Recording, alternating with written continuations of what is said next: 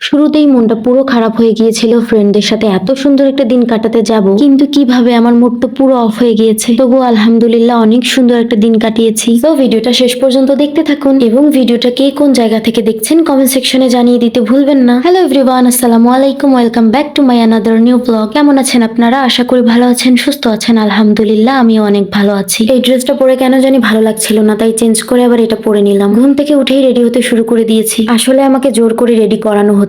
আমি নর্মালি এত সকালে উঠি না, রেডি হওয়া তো দূরের কথা। আমার ফ্রেন্ডের কলে আমার ঘুম ভেঙেছে এবং ওই বলেছে উঠে তাড়াতাড়ি রেডি হতে। আমার রেডি হতে নাকি অনেক টাইম লাগে, ব্লা ব্লা ব্লা। আমি একটু ঠোঁটটা ময়শ্চারাইজ করে নিচ্ছিলাম। এমনিতেই শীতকাল আর আমার স্কিন অনেক ড্রাই, আর এটা আমি রিসেন্ট কিনেছি, সো দেখছিলাম অনেক সুন্দর কালার এসেছে। এতটাও এক্সপেক্ট করিনি, তাই খুশি খুশি লাগছিল। তাছাড়া অনেকদিন পর ফ্রেন্ডের সাথে দেখা হবে, তার একটা আনন্দ তো কাজ করছিলই। ও আসলে এখন রংপুরে নেই, কয়েকদিন হলো এসেছে, আর দুদিন আগেই আমাকে নক করে বলছে ঘুরতে যাবে। আমিও উইদাউট প্ল্যানিং এ ছিলাম। এমনি সময় রেডি হতে ভালো লাগলেও শীতের দিনে এইভাবে ঘুম ছেড়ে উঠে রেডি হতে একদমই ভালো লাগছিল না। তবুও ফ্রেন্ডদের সাথে ঘুরতে যাব বলে কথা। আর এদিকে দেখুন, লিপস্টিক দিতে গিয়ে আমার 5টা আঙ্গুলে লিপস্টিক লেগে গিয়েছে। আমি নিজে নিজেই দেখছিলাম আর হাসছিলাম। এন্ড তারপর এই দুল পড়তে গিয়ে আমার পুরো মুডটাই খারাপ হয়ে গেল। আমার পুরো ফাউন্ডেশনটাই শেষ। মুড এতটাই অফ হয়ে গিয়েছিল, বারবার ভাবছিলাম আজকে সারাদিনটা কেমন যাবে, আরো কি কোনো বাস খাবো আমি। এর মধ্যেই আমার ফ্রেন্ড এত পরিমাণে কল দিচ্ছিল, আর আমি ভয়ে রিসিভ করছিলাম না, কারণ আমি তো বেরই হইনি। দেন আমি বের হয়ে গেলাম, বুঝতেই পারলাম না এত দেরি কিভাবে হয়ে গেল। আসলে ফাউন্ডেশনটা ভেঙে যাওয়ায় আমার মুডটা খুবই অফ হয়ে গিয়েছিল, ভাবছিলাম যাবই না। এত পরিমাণে কল দেওয়া শুরু করেছিল বেচারি, আমি জাস্ট দৌড়ে দৌড়ে যাচ্ছিলাম। প্ল্যান অনুযায়ী আমরা সকালে চিকলি ঘুরতে গিয়েছিলাম, আর বিকেলে আমাদের তাজহাট জমিদার বাড়ি যাওয়ার কথা ছিল। আনফরচুনেটলি জমিদার বাড়ি আজকে অফ ছিল।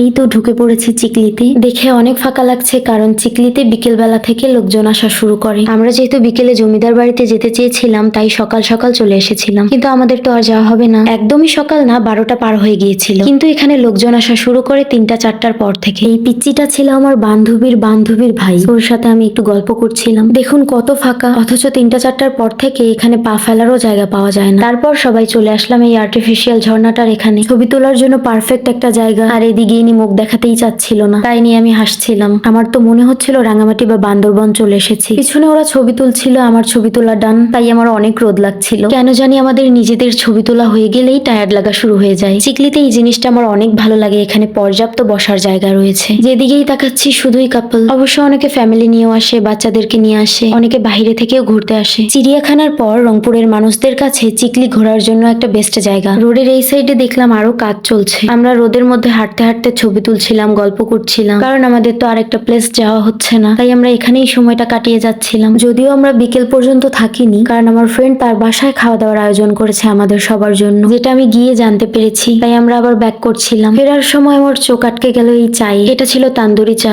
ভেবেছিলাম এখানে আগুন দিয়ে পোড়ানোর প্রসেসটা ওনারা দেখাবে, কিন্তু ওনারা বলছিল এটা ওনারা 3টার পর থেকে চালু করে, কারণ কোনো লোকই ছিল না আমরা ছাড়া। যখন লোকজন আসা শুরু করে তখন থেকেই তারা এটা চালু করে, কিন্তু তবুও আমি খাবো বলে সবাইকে রাজি করালাম এই ভর দুপুর বেলা চা খাওয়ার জন্য। টাটা। এখন আমরা বেরিয়ে ফ্রেন্ডের বাড়িতে লাঞ্চ করতে যাচ্ছি। যদিও ওর বাড়িতে আমি এর আগেও এসেছিলাম, আগের মেমোরিজ গুলো অনেক মনে পড়ছিল। একসাথে টিউশন, দৌড়াদৌড়ি, ছোটাছুটি। এত পরিমাণে টায়ার্ড হয়ে গিয়েছিলাম রোদে হাঁটতে হাঁটতে। খাওয়া দাওয়ার সময় ক্লিপ আর নিতে পারিনি গাইস। এই যে এখানে আমরা সবাই বসে গল্প করছিলাম, আড্ডা দিচ্ছিলাম। এরপর আমরা আরো জায়গায় ঘুরতে যাব তার প্ল্যান হচ্ছিল। অলমোস্ট বিকেল হয়ে গিয়েছিল, আর শীতকালে দিন এত ছোট হয়ে যায়, তাড়াতাড়ি সন্ধ্যা হয়ে আসছিল। কোথায় যাব বুঝতে না পেরে আমরা রিক্সা নিয়ে ঘুরতে শুরু করলাম। ঘুরতে ঘুরতে আড়ং এর সামনে চলে আসলাম। ওদের শাড়ি, ফেস প্যাক কি যেন কেনার ছিল, সো ভাবলাম আড়ং এই ঘুরে আসি। আড়ং এ ঘুরতে ঘুরতেই মনে পড়লো কিছুদিন আগেই নওরিন আফরোজ প্রিয়া আপু রংপুরে তার একটি আউটলেট দিয়েছে, যেটার ওপেনিং এ আমার আসার খুব ইচ্ছা ছিল, কিন্তু আমি পারিনি, তাই ভাবলাম ঘুরে যাই। আমার পার্সোনালি আপুকে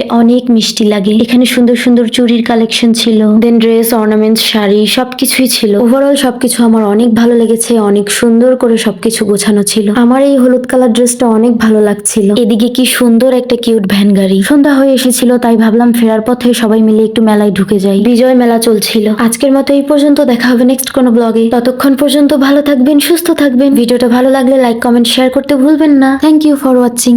আল্লাহ হাফেজ।